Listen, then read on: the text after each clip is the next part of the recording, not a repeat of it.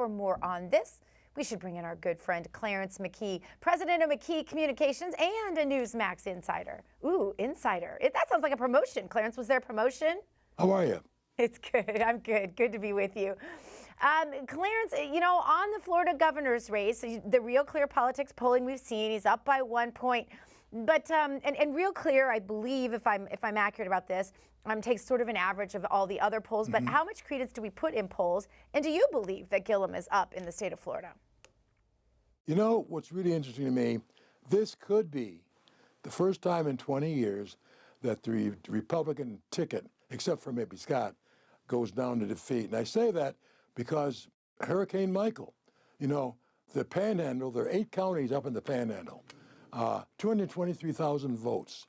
Usually that's a solid Republican vote.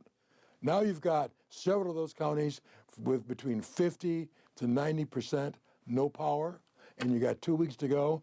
It's going to be a devastating loss. I don't know if the Republican DeSantis can offset those white vote losses in the rest of the state, because you would think that black voters didn't exist in the state of Florida if you look at somehow these Republicans are treating the black press, and they need at least 8 to 10%. So we'll see what happens, but the way it looks now, Scott may be the only Republican that can pull this off. Let me follow up with you on that, though, before I turn it over to Dick here. I know he has questions for you, too. Clarence, we know that the Black American vote under this president has more than doubled by some measures. Some polls will say he's gone from some 18% all the way up to maybe 40%. 30, yes. And so if that's the case, do you have a read on what that might mean in terms of the black vote in Florida? Well, you see, there's a big difference between Donald Trump and what he's doing in terms of the black vote, black community, and black issues, and what the Republican Party is doing on the same issue. The president's talking about, 7 million jobs, the lowest black unemployment rate in history, and talking about wages going up, more money in people's pockets. That impacts black people, and they understand it. Meanwhile, the Republican Party of Florida, the Republican Party nationally, as I said before, you would think that blacks didn't exist. They have been talking about outreach to blacks for 15 years. Very little money do they spend on it, which they should. So that's what I wrote an article on Newsmax. In fact, I said the Republican Party nationally should follow the lead of Trump, who's doing things and talking about issues that attracts blacks. Well, I'm thinking there's going to be some coattails for Mr. DeSantis in this race. Maybe some of that Trump excitement will rub off on him, especially when the president comes here to stump for him. I think that's going to be a couple of days from now. Good. Well, I hope so, because he's going to need a lot of help. I mean, this hurricane is doing a lot of damage to the Republican Party. I don't know. I know the supervisors of election are trying to get huge tents and places where people can go vote. Because, you can't get a mail ballot out because the roads are bad and you can't get it in the mail. So they've got a lot of problems, and that's going to hurt. Let's draw our attention to Elizabeth Warren, who's up for re-election in Massachusetts and very likely to be a 2020 presidential candidate. She had a rough week. If you told us about it at Newsmax.com that she's having this identity theft going on, and that could kill her affirmative action. What do you mean by that? Let me tell you. Is it Pocahontas? Elizabeth Warren has a horrible sense of timing, right? She comes out with this so-called heritage test, blood test, saying that she's between 1/60th and 1/1024th Indian, Cherokee. Well, the Cherokees are kicking her can for doing that. And here's what's going on also in this country. You've got Asian American students suing Harvard University for discrimination because of Harvard's so-called affirmative action diversity program. Well, these are going to get to the Supreme Court. And I'll bet you, as I say in my article at Newsmax, which is up there now, when the Supreme Court does a death blow to the concept of affirmative action, you know what's going to be cited? This will be one of the cases or situations, the good old Elizabeth Warren case, of abusing that program. That's going to be a reason to get rid of it. And also, what you have not heard, Where are all of the white and black liberal and civil rights groups condemning this woman for taking advantage of a program meant to really help minorities? They're out to lunch. She's a disgrace. You know, as the left says, white privilege, oh, that's a horrible thing. Well, if white privilege was so good, Elizabeth, why did you need to pretend you were part Indian in order to go up the ladder?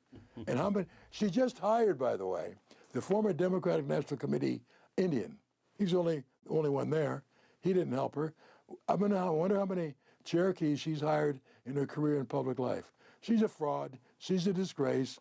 And bad, bad, bad, bad. Bad, bad, bad, Shame, bad. shame, shame. Clarence, I hear a little frustration in your voice about Republicans not reaching into black communities enough. I want you to elaborate on that if you can briefly. We don't have a lot of time left, but just let us know, how can Republicans, conservative groups, Republican candidates do a better job of reaching into the communities, especially on the state and local level?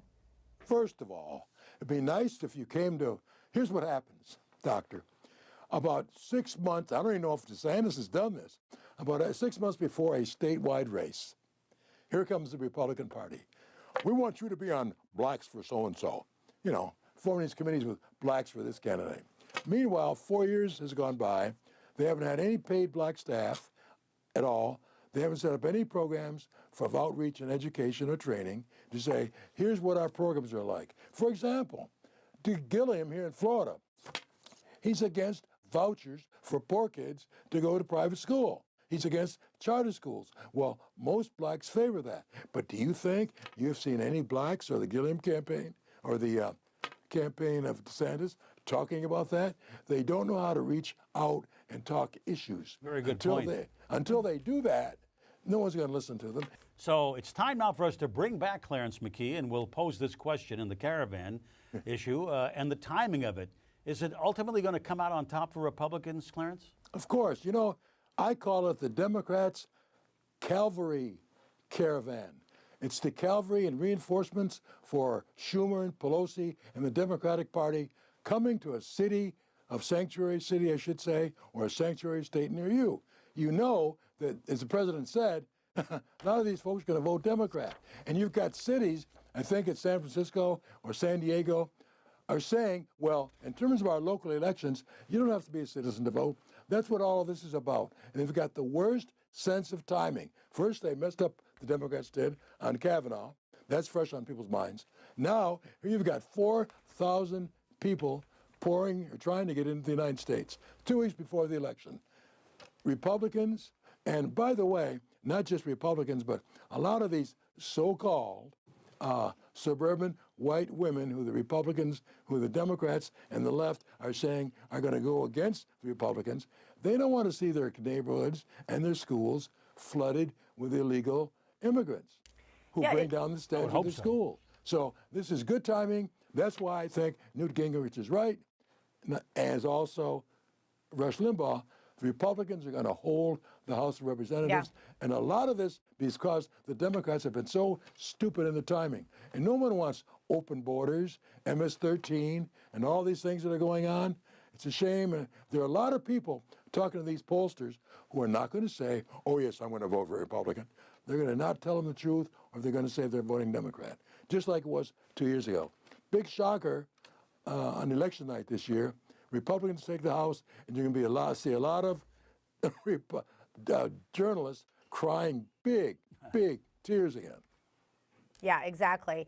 Clarence, you know, it doesn't seem like the left hand knows what the right hand's doing, because the president posted a video of someone handing out cash to these migrants, which many are speculating is coming from folks like George Soros, who apparently doesn't realize that the head of the Democrat Party said, please don't make immigration an issue, candidates. And yet, if George Soros is funding these migrants, it looks a little incoherent. I'd say they might be looking at a little bit of despair. 20 seconds, last 20 seconds to you, Clarence. Okay, listen, he's not only funding the migrants, he's funding the mobs. This is all Soros money. Great point. The man who went after the candidate, Mr. Laxalt, running for governor in Nevada, it was a Soros-funded organization person who tried to beat her up. So the public's getting tired of this. Yeah. And Mr. Soros is going to get his soon, too. Yeah, you're exactly right. Well, Clarence, always great to have you. Thank you so much for being with us. Thank you, Doctor.